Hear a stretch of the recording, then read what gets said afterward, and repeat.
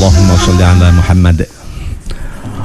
Allahumma sholli wa sallim ala Sayyidina wa maulana Muhammadin adada ma fi ilmillahi salatan daimatan bidawami mulkillahi. Ayo. Allahumma sholli wa sallim ala Sayyidina wa maulana Muhammadin adada ma fi ilmillahi salatan daimatan bidawami mulkillahi. Tombo ati iku limo sawarnane, maca Quran angen-angen sak maknane, kaping pindho wong kang saleh kumpulana, kaping telu salat wengi lakonana. Allahumma sholli wa sallim ala Sayyidina wa maulana Muhammadin adada ma fi ilmillahi salatan daimatan bidawami mulkillahi. Kaping papat kudu weteng ingkang luwe, kaping lima zikir wengi ingkang suwe, salah suwijine lamun bisa ngelakoni insyaallah Gusti Allah nyembadani. Allahumma sholli wa sallim ala Sayyidina wa maulana Muhammadin adada ma fi ilmillahi salatan daimatan bidawami mulkillahi. Allahumma sholli ala Muhammad. Assalamualaikum warahmatullahi wabarakatuh. Waalaikumsalam warahmatullahi wabarakatuh. Bismillahirrahmanirrahim. Alhamdulillahi rabbil alamin. Wal aqibatu lil muttaqin. Wala udwana illa 'alal zalimin. Asyhadu an la ilaha illallah al-malikul haqqul mubin. Wa asyhadu anna Muhammadar Rasulullah Shadiqul wa'dil amin. Wa sallallahu ala sayyidina Muhammadin wa ala alihi wa sahbihi ajma'in. Amma ba'du. Mitra tercinta Suara Giri yang berbahagia, alhamdulillah kita bersyukur kepada Allah bahwa kita pagi hari ini mendapatkan kesempatan untuk bisa mengudara di Suara Giri, dan kita akan manfaatkan bersama-sama untuk ngaji bareng, maca Quran angen-angen sak maknane. Kita juga tolabul ilmi, kita juga silaturrahim lewat udara dan berzikir. Moga-moga ini merupakan amal-amal kita yang semuanya nanti akan diterima oleh Allah SWT, dan semoga manfaat, semoga barokah. Salawat dan salam semoga tetap dilimpahkan kepada junjungan kita Rasulullah Kanjeng Nabi Muhammad sallallahu alaihi wasallam wa alihi wa ashabihi ajma'in. Adapun kajian kita atau angan-angan maca Quran, angan-angan sak maknane kita pada pagi hari ini, yaitu tentang amanat dan ketaatan kita kepada Allah, kepada Rasulullah dan seterusnya. Ini pada surat An-Nisa ayat, jadi mulai ayat 58. Ini di juz berapa itu? Juz 5. Al-Quran juz 5 surat An-Nisa ayat 58. Silakan. A'udzu billahi minasy syaithanir rajim. Bismillahirrahmanirrahim. Innallaha ya'murukum an tu'addul amanati ila ahliha wa idza hakamtum bainan nas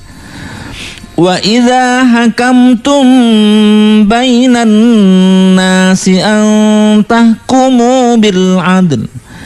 Innallaha ni'ma ya'izukum bih. Innallaha kana sami'an basira. Ya. Silakan.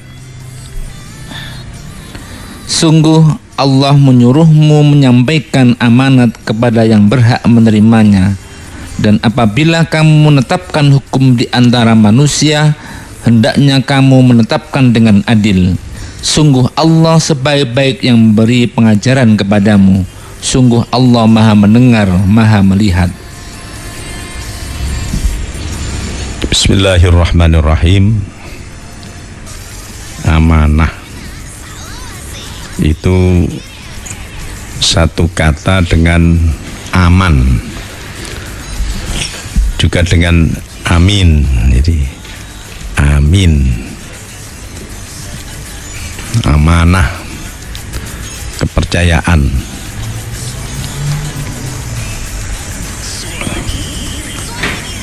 Jadi amanah dari amin juga berarti ada kepercayaan. Kalau di di definisi biasa disebutkan amanah artinya bisa dipercaya. Kata ini berasal dari kata bahasa Arab, dari amuna ya'munu amanatan.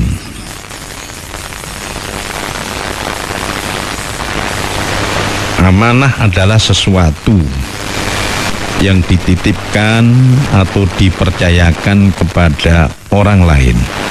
Ya. Jadi misalnya yang amanah yang dari Allah adalah kita diciptakan sebagai manusia, diberi akal dan diberi hati. Itu amanat yang diberikan oleh Allah. Apa? Yaitu agar kita menjadi hamba Allah. Kita mau beribadah kepada Allah. Kan di dalam surat Az-Zariyat di sana disebutkan,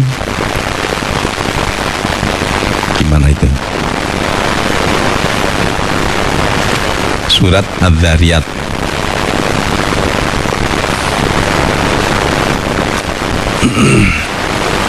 wa ma khalaqtul jinna wal insa illa liya'budun. Tidaklah kami menciptakan. Jadi sebenarnya kami itu Allah ya. Sebenarnya saya, aku menciptakan jin dan manusia tidaklah kecuali untuk illa liya'buduni, agar mereka menghambakan diri kepadaku, agar mereka ini kita manusia mau mau beribadah. Jadi amanatnya itu, jadi kalau ada manusia yang tidak mau tunduk kepada Allah, tidak mau beribadah lah katanya, itu berarti itu mengkhianati amanat, ya, mencederai amanat yang diberikan oleh Allah.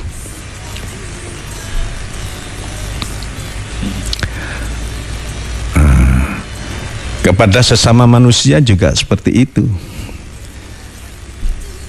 Kita sebagai orang yang beriman wajib mempunyai sifat amanah. Karena kalau tidak, itu bisa-bisa justru berkhianat, itu menjadi munafik itu. Maka ada hadis Rasulullah SAW bersabda, salah satun ayatul munafiki salah satun, bahwa tanda-tanda orang munafik, padahal orang munafik itu ya orang yang berpura-pura iman, berpura-pura Islam, tapi dalamnya sebenarnya tidak percaya kepada Allah, tidak percaya bahwa Allah mengetahui, Allah melihat apa yang kita lakukan. Itu munafik. Jadi wa minan nasi man yaqulu amanna billahi wa bil yaumil akhir wa ma hum bimu'minin. Dan sebagian manusia, ada orang yang mengatakan, aku beriman kepada Allah, aku beriman kepada adanya hari akhir, adanya akhirat. Wa ma hum bimu'minin. Sebenarnya mereka tidak beriman. Nah ini ya, artinya pura-pura beriman, di dalam hati tidak percaya. Nah tandanya orang-orang seperti ini adalah seperti di hadis yang saya sebutkan tadi, ayatul munafiki salah satun. Tanda-tanda orang munafik ada 3. Idza hadasa kadzaba, apabila berbicara berbohong. Nah itu ya, termasuk menipu, termasuk walaupun sekarang tidak berbicara dengan lisan, tapi berbicara dengan jari-jari, ya, di medsos itu ya, itu berbohong, namanya hoax gitu ya. Jadi kalau ada orang yang suka bikin hoax, ini tanda bahwa dia ini munafik. Wa idza tumina khona, apabila diberikan amanah, apabila diberikan kepercayaan, apabila diberikan tugas, nah, khianat, artinya mencederai, dititipi harta atau dititipi uang, ini supaya diberikan kepada si fulan, ternyata tidak diberikan, atau mungkin diberikan tapi dipotong paruan itu ya, tidak rame-rame ya. Ini yang apa, misalnya ada orang juga ya, ini supaya dijaga, ini anak-anak ini supaya dijaga, diurui ngaji, diajari agama.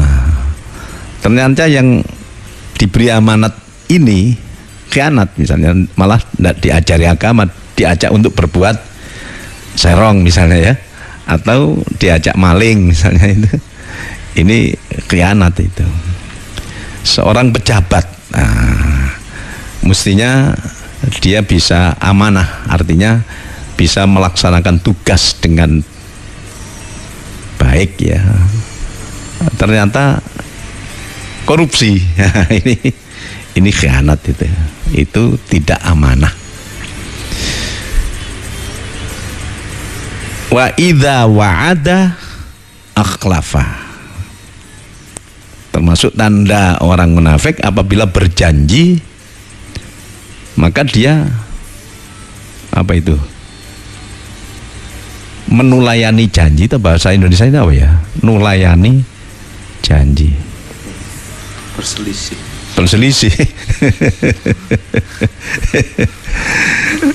Ya, ini mungkin banyak orang yang nulayani janji itu mungkin tidak bisa bahasa Indonesianya, jadi dikira tetap berjanji kan itu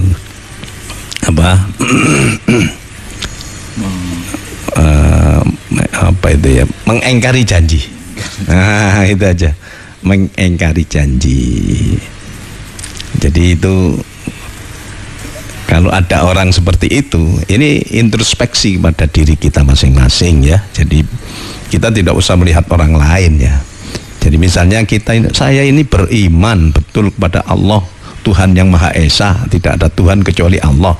Saya juga percaya bahwa nanti itu kita mati tidak mati peletes, tapi di sana nanti ada akhirat, ada kehidupan yang jauh lebih lama dan lebih abadi, yaitu ada surga, ada neraka. Tapi ternyata misalnya kita suka berbohong. Nah, ini berarti kita yang semacam ini ya munafik itu. Terus ya, kalau berbohong sekali mungkin ya langsung tobat gitu ya masih bisa itu ya. Demikian juga ternyata kita tidak amanah, dititipi opo-opo malah dipek dewe kan gitu ya. Atau janjinya apa itu, PHP ya. Apa itu PHP itu? Pembuat janji palsu, PJP-an. Oh iya, pembuat harapan palsu, PHP. Ya, tapi ya itu biasanya orang-orang yang sedang hubungan cinta ya biasanya. Nah, kalau kita ada yang model begitu, apalagi tiap saat suka berbohong, tiap saat mengkhianati amanat yang diberikan kepada kita, mohon maaf, tiap hari atau walaupun tidak tiap hari sering lah PHP tadi itu, pemberi harapan palsu. Janji tapi engkar. Ini menurut Rasulullah SAW ini sudah munafik itu. Kalau sudah orang disebut kadzab, tukang goroh, tukang apa? Bohong, pembohong, itu kadzab. Kalau sudah kadzab itu ya otomatis ini munafik itu. Nah, ayat tadi, innallaha, sesungguhnya Allah, ya'murukum, memerintahkan kamu ini ya kita orang yang beriman ya, orang Islam, antu addul amanati, untuk memberikan amanat apa terus sih? Ila ahliha, kepada ahlinya, kepada yang katakanlah yang mendapatkan amanat.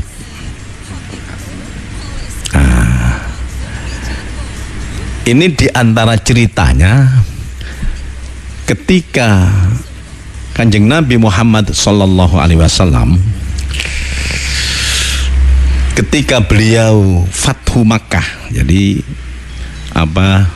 masuk ke Mekah, menaklukkan Mekah kan gitu ya. Itu Kanjeng Nabi Sallallahu Alaihi Wasallam masuk ke Ka'bah, dan pada saat itu Masjidil Haram atau Ka'bah itu masih dipenuhi dengan arca atau berhala-berhala. Bahkan ada 360 arca. Di dalamnya Ka'bah itu ada, malah yang paling gede. Ada Hubal, Lata, Uzza. Wah, itu. Terus kuncinya Ka'bah diminta oleh Rasulullah Sallallahu Alaihi Wasallam, diminta ya pada saat itu ya berhala itu dihancurkan ya, karena memang sudah menang, itu memang tugas yang diberikan oleh Allah kepada Rasulullah SAW.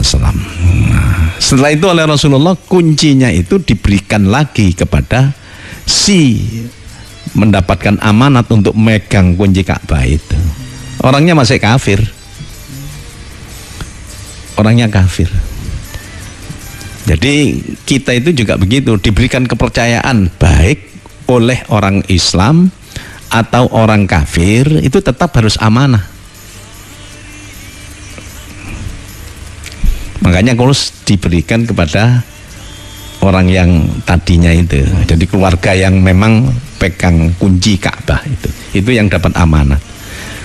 Ayat ini turun kan, innallaha ya'murukum antu addul amanati ila ahliha. Coba dibaca dan diberikan maknanya.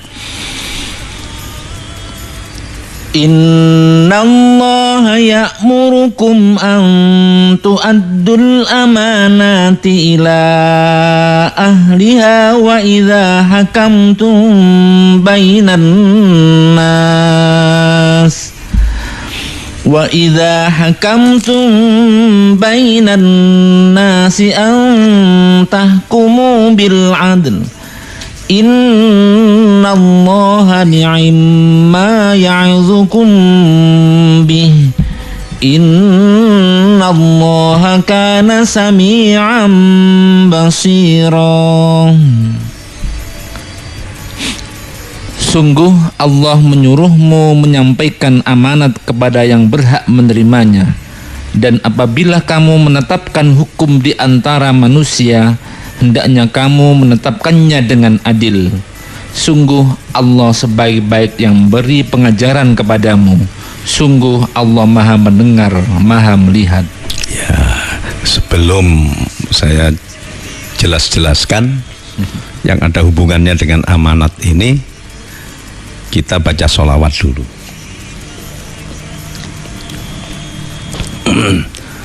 Sholli wa sallim daiman ala ahmada, Sholli wa sallim daiman ala ahmada, wal ali wal ashabi man qad wahada, wal ali wal ashabi man qad wahada.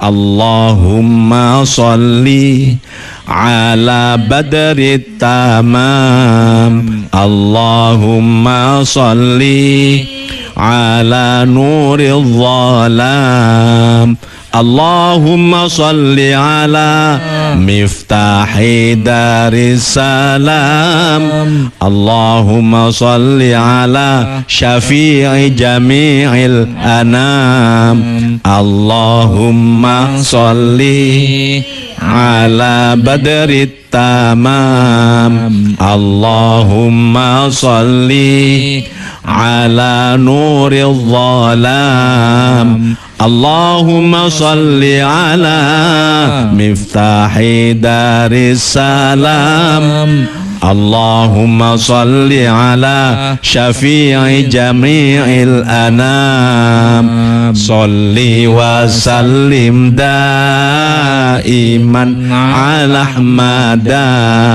salli wa sallim daiman ala ahmada, wal ali wal ashabi man qad wahada, wal ali wal ashabi man qad wahada. Allahumma sholli ala Muhammad. Allahumma sholli wa sallim alaihi.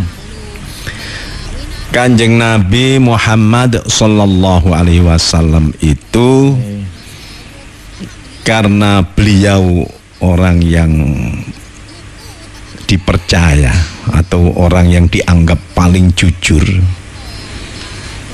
maka itu ternyata keamanahan, kejujuran Rasulullah itu tidak saja ketika beliau jadi Rasul, mulai kecil, mulai masih muda ya, Sehingga suatu ketika, misalnya ya,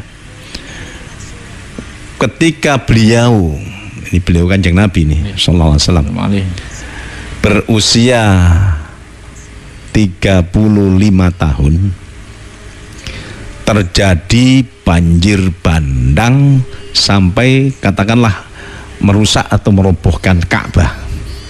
Ya mungkin ya pada saat itu semennya kurang kuat ya, barangkali ya. Pokoknya begitu. Termasuk juga Hajar Aswad itu mencitat jauh gitu. Sekarang kan nempel gitu ya. Nah, orang Mekah yang pada saat itu termasuk golongannya Abu Lahab, Abu Jahal dan lain sebagainya itu semuanya merasa punya kewajiban ya untuk menjadi orang yang dianggap paling disegani, paling mulia. Maka mereka berebut. Ini yang meletakkan Hajar Aswad yang sedang mencitat jauh ini, siapa ini? Wah, kata Abu Jahal, aku.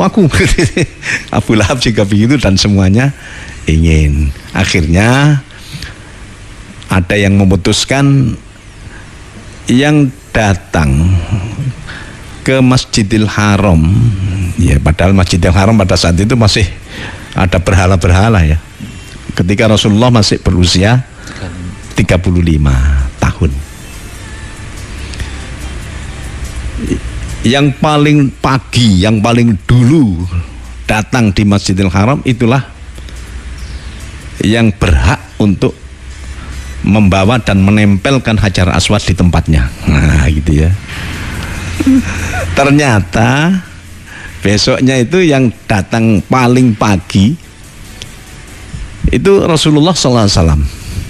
Jadi Kanjeng Nabi, wah ya benar ini Muhammad ini orangnya Al-Amin ini, terpercaya ini.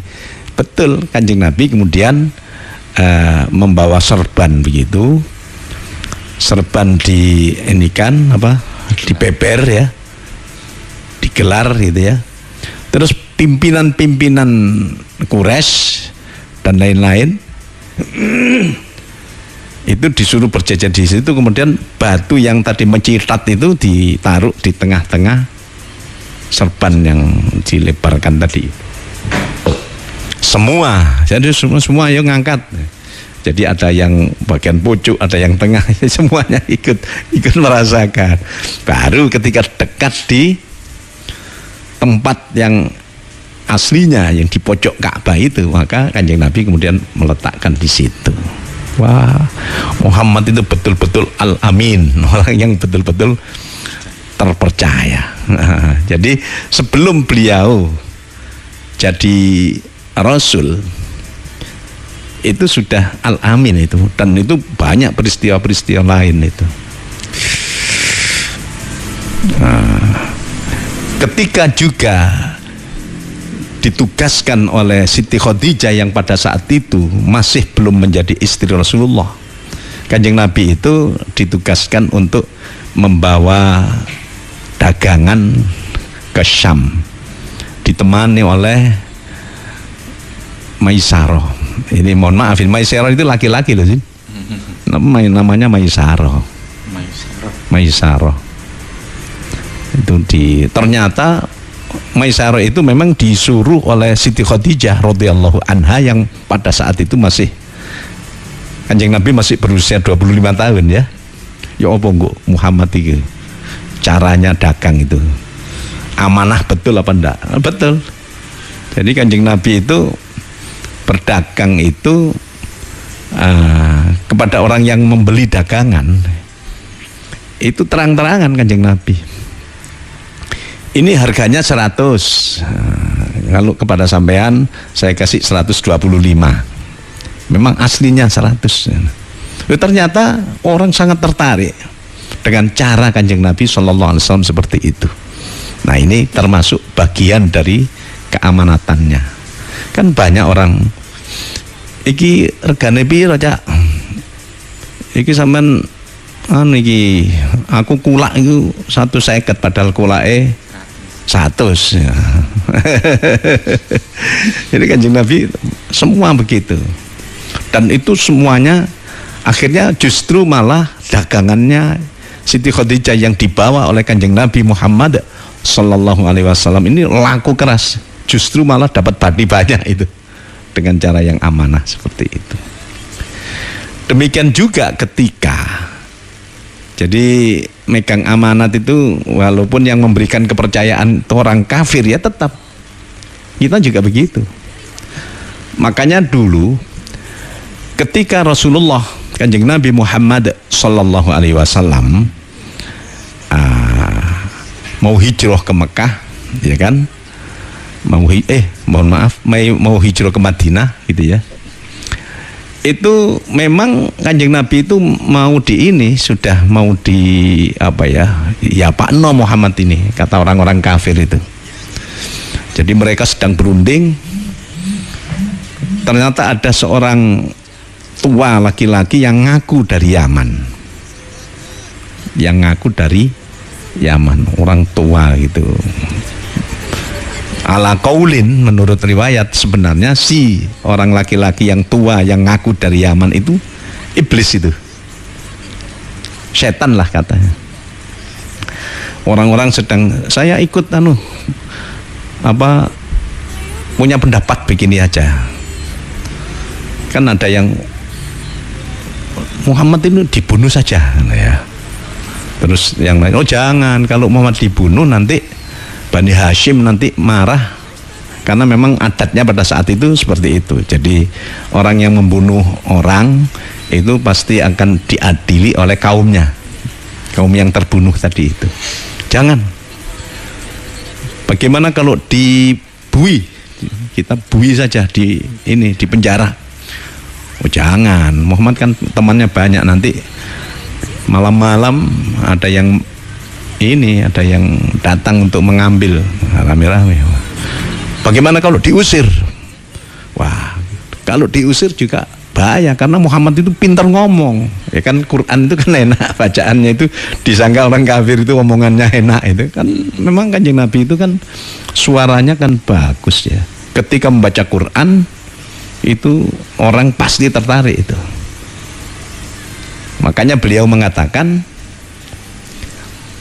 laisa minna man lam yataghanna bil Quran, tidak termasuk golongan kami orang yang membaca Quran tanpa dengan suara atau lagu yang indah. Bahkan beliau juga mengatakan, innallaha, begini, ma'adinallah, itu kan Rasulullah bersabda begitu, ma'adinallah li syai'in kama adina li rasulin husnis sauti yataghanna bil Quran wa yajharu bih. Kata Rasulullah, sungguh Allah tidak mendengar akan suatu pun dibanding dengan Allah mendengarkannya seorang nabi yang indah suaranya membaca Al-Quran dengan nada, dengan suara yang indah dan mengeraskan bacaannya. Itu makanya orang-orang kafir, jangan diusir ke sana-sana, dia pidato enak suaranya itu, orang nanti malah nyerang kita. Ternyata ada orang tua tadi datang, saya ini dari Yaman ya, padahal dia sebenarnya iblis. Begini aja, Muhammad itu dibunuh, tapi yang membunuh jangan satu, dibunuh oleh tiap kaum atau tiap desa itu mengirimkan utusannya untuk membunuh Muhammad bareng-bareng. Jadi nanti Bani Hashim itu tidak berani, tidak bisa, karena semuanya ijma untuk bareng-bareng ya, itu membunuh Muhammad secara berjamaah itu. Akhirnya betul. Kanjeng Nabi Muhammad Sallallahu Alaihi Wasallam, beliau di rumah, yang subuhnya begitu mau pergi, pokoknya malam-malam mau pergi ke Madinah Kanjeng Nabi itu. Terus ternyata orang-orang ini orang kafir ya pada saat itu, karena sesuai dengan saran orang Yaman yang pura-pura jadi manusia tadi itu. Jadi tiap juara atau tiap pendekar lah, tiap anak-anak muda yang hebat, yang berani-berani itu ada perwakilan satu. Jadi dikelilingi rumah itu sehingga nanti ketika Muhammad keluar nanti akan dipukul bareng sampai mati bareng-bareng. Nah begitu. Ternyata ini wa makaru wa makarullah wa huwa khairul makirin ya. Mereka kan mau menipu seperti itu, tapi justru disiasati oleh Gusti Allah.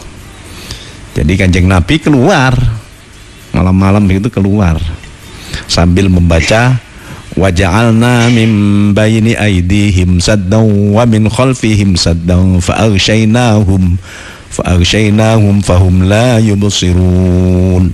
Surat apa sih? Surat Yasin itu kan ya. Jadi baca itu waja'alna min baini aydihim saddan wa min khalfihim saddan fa'aghshaynahum fahum la yubsirun, sambil membawa ini tanah lemah ya.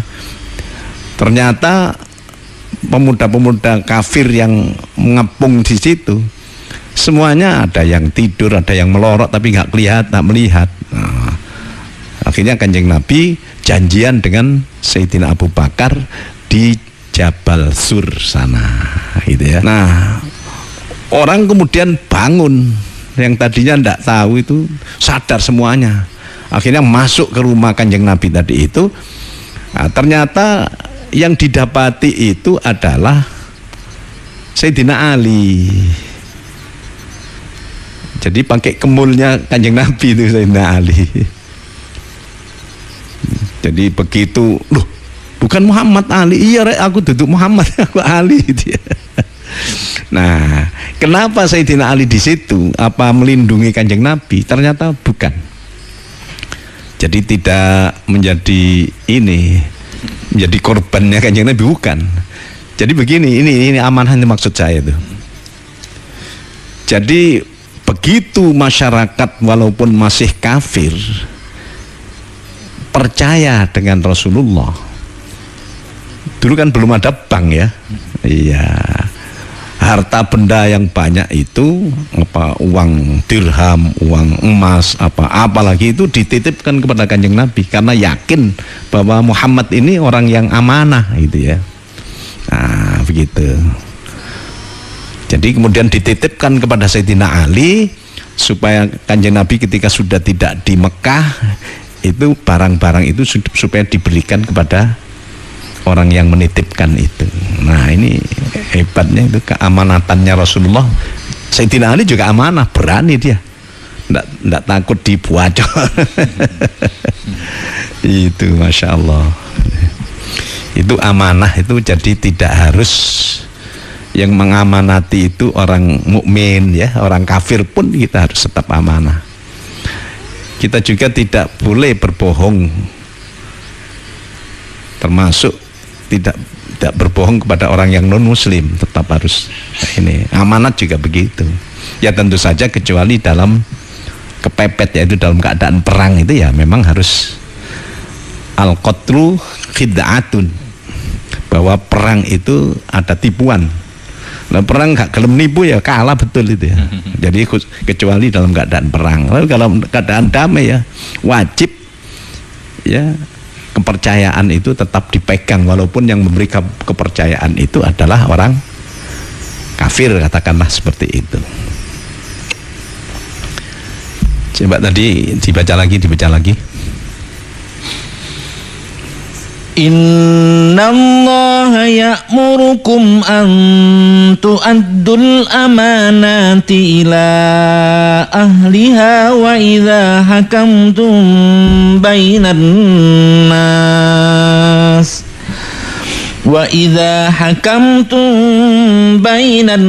nasi an tahkumu bil 'adl Innallaha ni'ma ya'idzukum bih.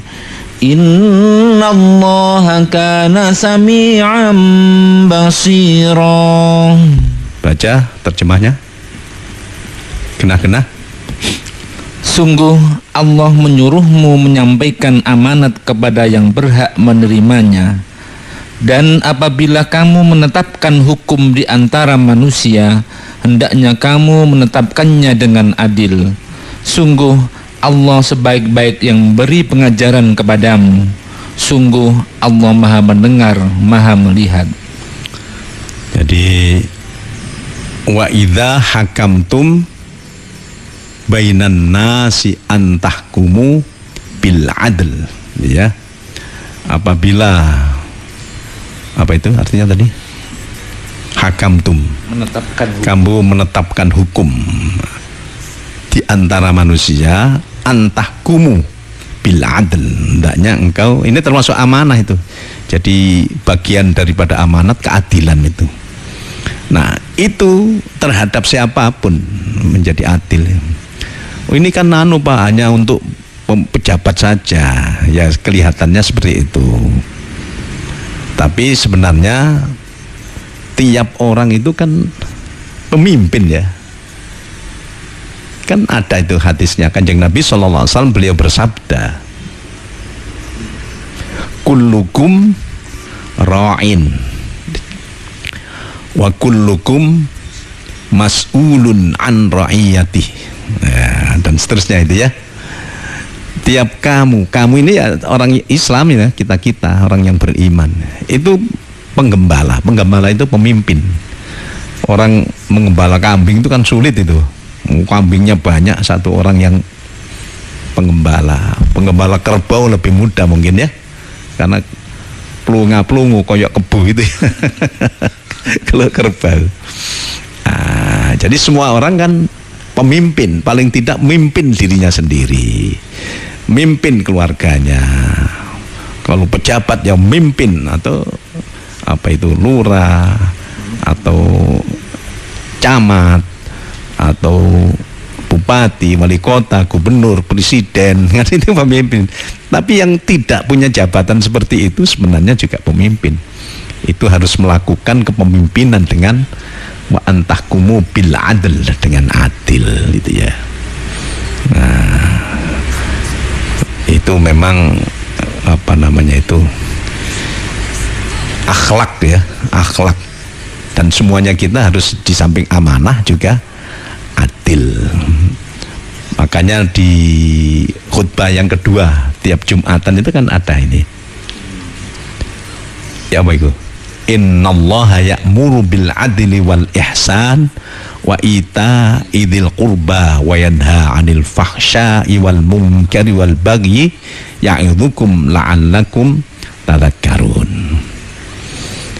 Innallaha, sesungguhnya Allah, ya'muru, memerintahkan, ya, memerintahkan kita semuanya, bil adli, ya, memerintahkan keadilan, ya, wal ihsan, dan berihsan, berbuat baik kepada diri, kepada siapapun, dan juga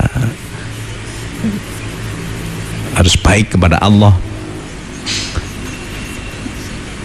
Wa ita idil qurba, dan memberi kepada dzil qurba, orang yang dekat lah, ya, tentu saja orang yang dekat yang membutuhkan, ya, termasuk memberikan nafkah istri, nafkah terhadap anak-anaknya, mendidik, dan juga orang lain, ya, tonggo teparu, dan siapapun yang memang membutuhkan. Wa ita idil qurba wa yanha 'anil fahsya'i wal munkari wal bagyi, dan harus bisa mencegah kemaksiatan, kejahatan, dan kemungkaran, dan permusuhan. Nah, itu harus dicegah itu. Memang hebat sekali Quran itu, ya, mengajak orang, memerintahkan orang yang baik-baik tok. Jadi begini, ini ada sejarah kelam umat Islam, ya. Dulu ketika zaman Daulah Bani Umayyah itu kalau khutbah itu khotib itu harus melaknat keluarga Sayyidina Ali. Jadi ketika khutbah yang kedua itu kan ada doa itu. Di antaranya doanya adalah bukan malah mendamaikan, tapi justru melaknat. Nah, itu betul-betul dipaksa. Jadi kalau ada khotib tidak mau melaknat begitu malah dihukum. Dihukum itu ya. Nah, untungnya ketika dari khilafah Bani Umayyah yang bernama Umar bin Abdul Aziz,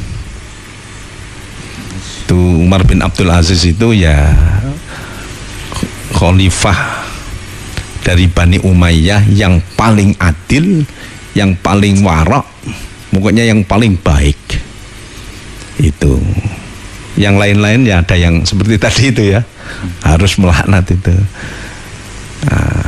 Rupanya oleh beliau diganti, jangan melaknat. Semua khotib harus membaca ayat yang ini, innallaha ya'muru bil adli wal ihsan wa ita'idil qurba wa yanha 'anil fahsya'i wal munkari wal baghi ya'idzukum la'allakum tadhakkarun. Saya pernah khutbah itu mau membaca innallaha ya'muru bil adli itu, saya kadang muni innallaha ya'murukum untuk adil amanati itu. Ya enggak apa-apa, karena memang itu ijtihadnya Sayyidina Umar bin Abdul Aziz. Jadi sampai sekarang itu.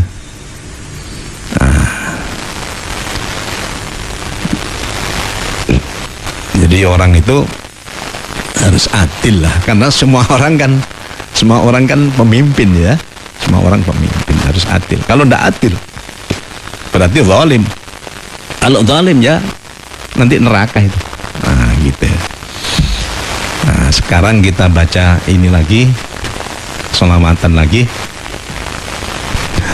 Allahumma sholli ala Muhammad.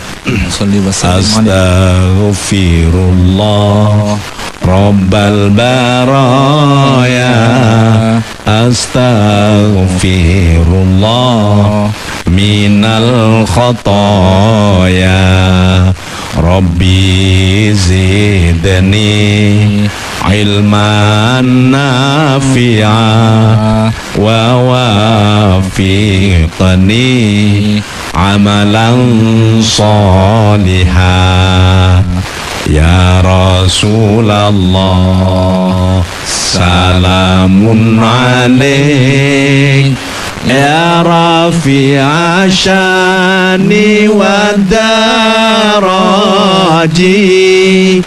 atfatan ya jiratal alami, ya uhailal judi wal karami, ya uhailal judi wal karami. Allahumma sholli ala Muhammad.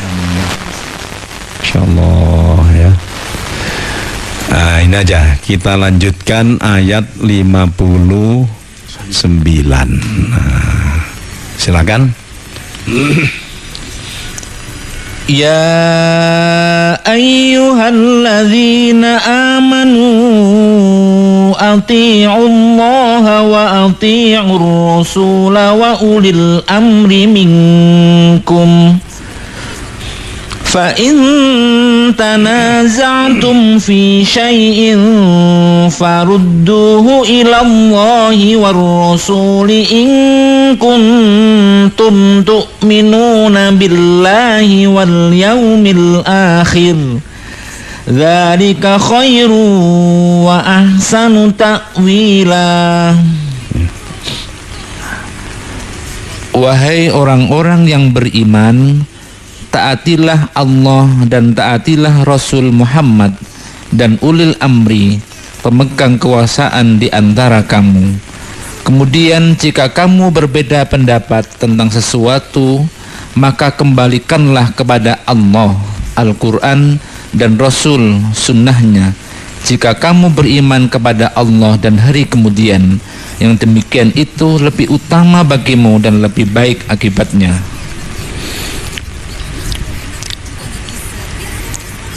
Ini adalah ayat ini sebagai pedoman atau katakanlah sebagai dalil untuk penggalian hukum Islam, ya, penggalian syariat. Nah, itu ya. Yang pertama disebutkan, ya ayyuhalladzina amanu ati'ullaha, wahai orang-orang yang beriman, taatlah kamu semuanya kepada Allah. Ini kalau penggalian hukum itu dilihat bagaimana Al-Quran. Jadi pedomannya pertama itu Al-Quran. Kemudian wa ati'ur rasulah, dan taatlah kepada Rasul, kepada Kanjeng Nabi Muhammad sallallahu alaihi wasallam, ya.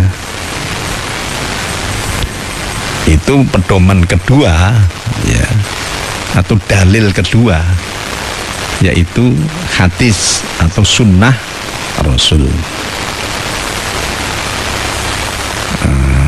Wa ulil amri minkum,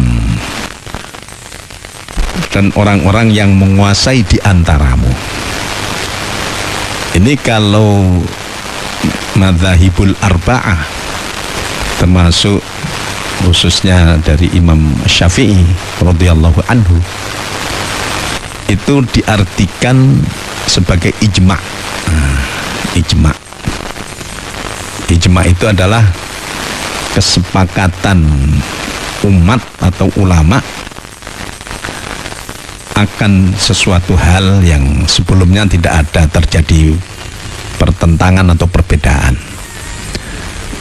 Nah, itu menjadi ijma' yang harus diikuti. Kemudian wa in tanaza'tum, fa'in apa wa'in?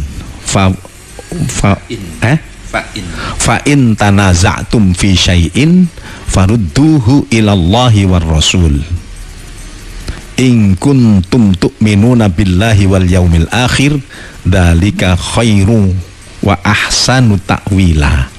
Apa artinya apa?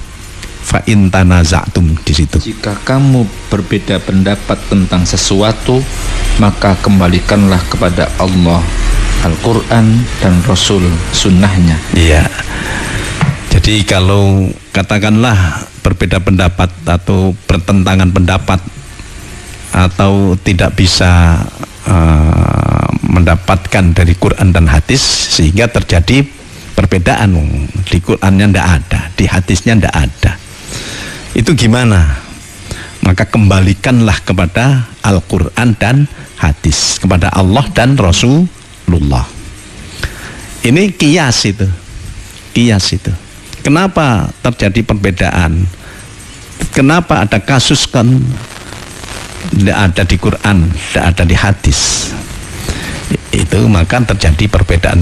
Tapi kembalikan kepada Quran dan hadis. Nah, itu ya. Kiaskanlah kepada kasus yang sudah ada hukumnya di Quran atau di hadis, yang sama ilatnya, yang sama alasannya. Nah, itu ya. Misalnya begini, kalau di Quran kan khomer itu kan haram, ya kan? Khomer.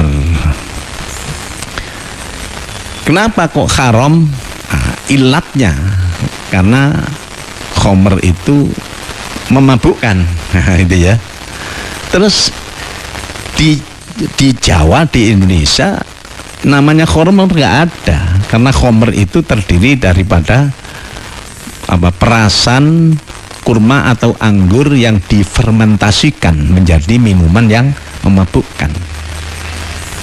Yang ada di Indonesia tua, misalnya arak, apalagi itu ya. Nah itu gimana kalau begitu? Di Quran tidak ada hukumnya tua, itu tidak ada hukumnya khamr, tidak ada. Hukumnya apa? Tua, satunya apa tadi? Arak, tidak ada. Tapi sama-sama minumannya. Di Quran tidak ada, tapi sama-sama memabukkan. Dari karena tua ataupun arak atau apapun namanya, ya, sajeng misalnya ya. Karena kan yang khamr itu kan terdiri daripada anggur dan kurma yang difermentasikan menjadi minuman yang memabukkan kan. Lah ini ndak, dari apa itu? Dari apa itu? Pohon apa itu? Pohon ental, apa dari air kelapa, apa dari apa itu kan? Iya, ya haram juga. Ini dikiaskan menjadi haram karena apa?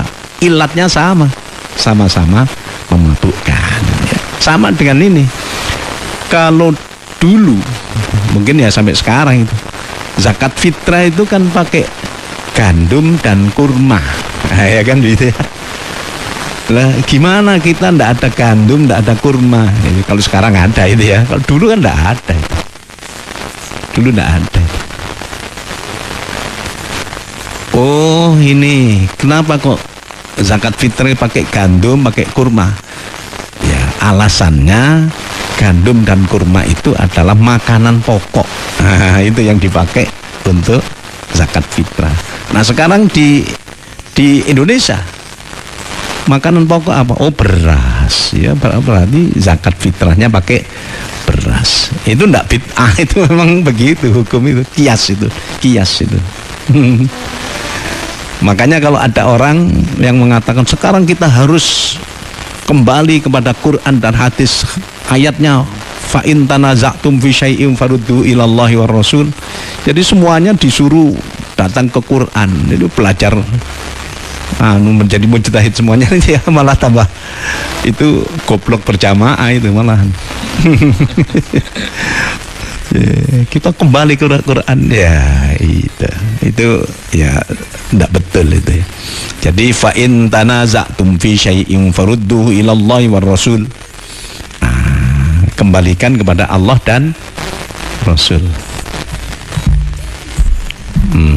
Jadi kalau ada kasus, katakanlah perkara yang mestinya harus diketahui hukumnya ini halal apa haram, wajib apa sunat apa haram, itu harus tahu kan.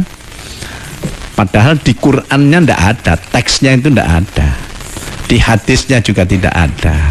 Maka kasus itu harus dikembalikan dengan kepada Quran dan hadis, itu harus dikiaskan dengan apa, materi kasus yang kelihatannya berbeda tapi ilatnya atau alasannya sama tadi. Jadi bukan terus titik-titik kembali Quran ke hadis. Wah, padahal kan kita sudah Quran hadis itu, kias itu kan. Nah itu kalau di dalam masalah ati'ullah wa ati'ur rasul wa ulil amri minkum. Fa in tanaza'tum fi syai'in, tetap itu ya, bahwa itu kias atau istihsan lah. Kalau Imam Hanafi itu istihsan. Jadi kita itu hidup supaya mendapatkan ridho dari Allah, supaya dianggap benar jalan kita, yaitu pertama taat kepada Allah, taat kepada Rasulullah dengan cara mentaati apa yang diajarkan di dalam Al-Quran, apa yang diajarkan oleh Kanjeng Nabi SAW. Kemudian wa ulil amri minkum, itu kalau di masyarakat ya, itu kalau di rumah misalnya, ulil amri kita itu ya orang tua kita. Kalau di sekolah atau di perguruan tinggi, ulil amrinya kita itu guru. Atau setidak-tidaknya peraturan yang ada di sekolahan itu. Di masyarakat juga begitu. Ulil amri kita itu ya pemerintah, tapi pemerintah yang melaksanakan undang-undang harus kita taati. Tapi di situ ada ininya, ada di antara dua tanda kutipnya, yaitu begini, kalau taatlah kepada Allah itu sudah mutlak, itu tidak bisa di ini. Taatlah kepada Rasul juga begitu. Tapi taat kepada ulil amri di situ tidak ada ya ayyuhalladzina amanu atiullah wa atiur rasul, tidak ada wa atiunya, yang ada wa ulil amri minkum. Ini apa ini? Jadi kalau kita punya ulil amri, misalnya kita punya orang tua, istri punya suami, itu ya. Di masyarakat ada pemerintah, nah, itu ya. Ya taat kita. Taat kita. Selama tidak bertentangan dengan syariat, selama tidak bertentangan dengan Al-Quran dan hadis, ya. Makanya ada pedoman kan begitu, la ta'ata li makhluqin, la ta'ata li makhluqin fi maksiatil khaliq. Tidak boleh taat kepada makhluk yang maksiat kepada Tuhan, kepada Allah yang maha khaliq, itu yang maha pencipta itu. Nah, jadi misalnya ada peraturan ya di sekolah, wah anak-anak ini wajib ikut sholat jamaah, nah, ya wajib, atau wajib membayar iuran apa itu SPP sekian, ya wajib. Tapi kalau ternyata sekolahnya mengatakan anak-anak, tiap orang anak laki-laki harus pacaran dengan anak perempuan, tidak boleh ditaati itu. Karena apa? Karena la maksiata li makhluqin fi maksiatil khaliq, itu tidak boleh. Demikian juga mungkin undang-undang, ada undang-undang yang memang bertentangan dengan Quran hadis gitu ya, atau bertentangan dengan syariat, ya kita tidak boleh untuk mengikuti. Dulu di zaman Rasulullah SAW ada seorang seorang sahabat ya, namanya Mus'ab bin Umair. Mus'ab bin Umair ini orangnya ganteng, gagah, pemuda, baunya wangi. Wah, para wedok-wedok Mekah itu semuanya tertarik, kepingin jadi istrinya. Dan orang tuanya itu sangat berpengaruh dan kaya, terutama ibunya. Sehingga Mus'ab bin Umair itu ya diberi bekal, kadang-kadang kemana-mana itu sangunnya akeh gitu ya. Begitu bangun tidur langsung ada hidangan-hidangan, bajunya bagus-bagus gitu ya. Nah, suatu ketika Mus'ab bin Umair ini dengar ada ajaran Islam yang dibawa oleh Kanjeng Nabi Muhammad SAW secara diam-diam.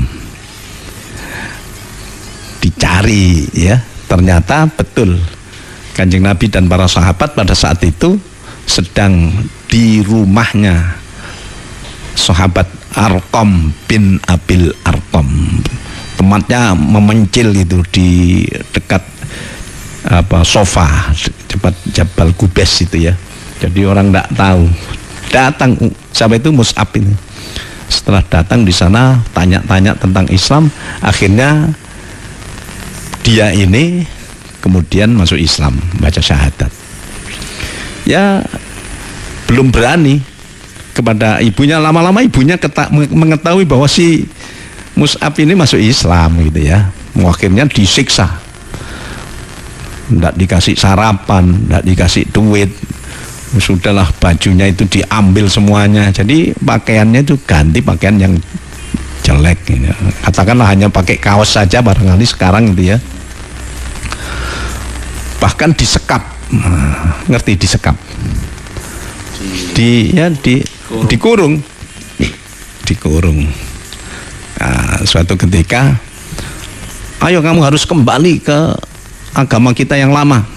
Kok melok Muhammad? Akhirnya si ibu ini kemudian, kalau kamu tidak kembali ke agama lama, aku tidak akan makan, tidak akan minum sampai aku mati. Nanti kalau aku mati, orang sak Mekah ini pasti melaknat kamu. Karena berani durhaka kepada orang tua. Gitu ya. Jadi dulu itu ya orang tidak boleh durhaka sudah. Ternyata Mus'ab bin Umair ini kemudian datang kepada Rasulullah, tanya, ya Rasulullah, kan kita ini wajib tidak durhaka, wajib taat kepada orang tua, kepada ibu terutama. Nah gimana ya Rasulullah, wong ibu saya ini mewajibkan saya untuk kembali ke agama lama. Turunlah ayat ini di surat apa itu, Luqman ya. Wa in jahadaka ala an tusyrika bi ma laysa laka bihi ilmu fala tuti'huma wa sahibuhuma fid dunya ma'rufa wattabi' sabila man anaba ilai thumma ilayya marji'ukum fa unabbi'ukum bima kuntum ta'malun. Coba dibaca itu. Apa itu? Surat Luqman, betul? Ayat berapa? Ayat 15. Coba dibaca. Pakai auzu. A'udzu billahi minasy syaithanir rajim. Bismillahirrahmanirrahim. Wa in jahadaka ala an tusyrika bima laysa laka bihi ilmun fala tuti'huma wa